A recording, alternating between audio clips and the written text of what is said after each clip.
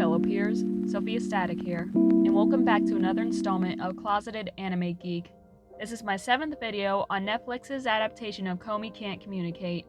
Quick recap. Tadano is an average kid who helps the popular girl with social anxiety gain a total of 100 friends. As I suspected, the last segment of episode 6 was setting us up for episode 7. Komi, Tadano, and crew are gonna hang out at a water park.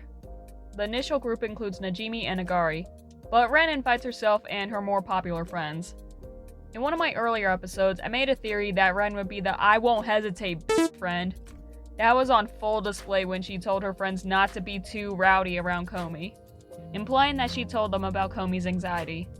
Though somewhat considerate, I still see her as a creepy stalker.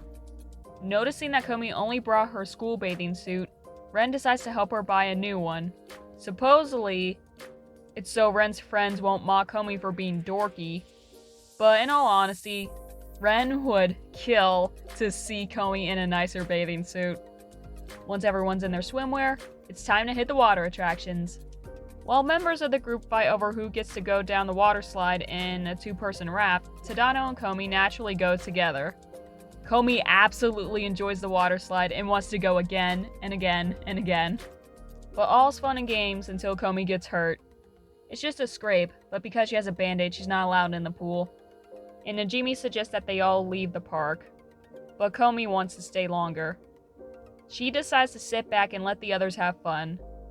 Najimi hastily agrees to take up the offer because, with their logic, if everyone makes too much of a fuss about Komi sitting back, she will start to think it's her fault for ruining everyone else's good time, putting Komi in a socially awkward position, especially since she doesn't go out often.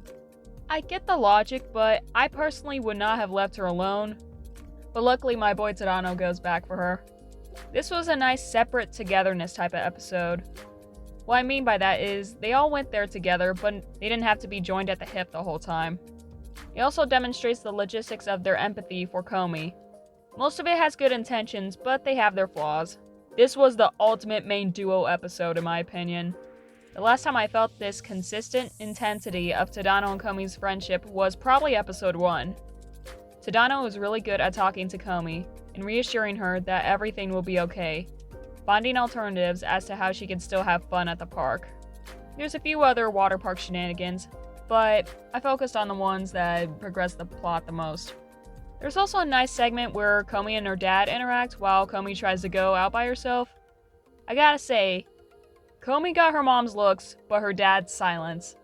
It was nice to get a slightly less heavily hyperactive character introduction episode, especially since the last 2 were very segment heavy. Not that having multiple segments are bad, this was just a nice palate cleanser to basically have one main linear story and a separate down-to-earth segment. It may be because we might be halfway through this season and the show is more or less done with major character introductions.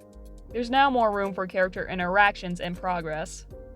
Overall, this was a nice, dynamic episode that further showcased how adorable some of the moments of the show can be.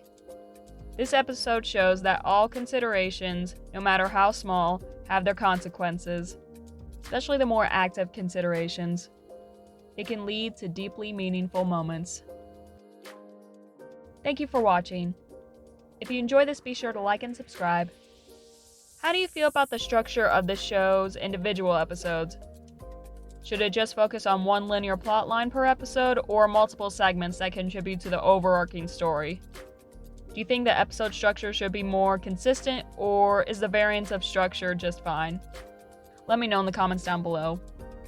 Until next time, stay safe out there and be actively considerate, my fellow peers. Bye.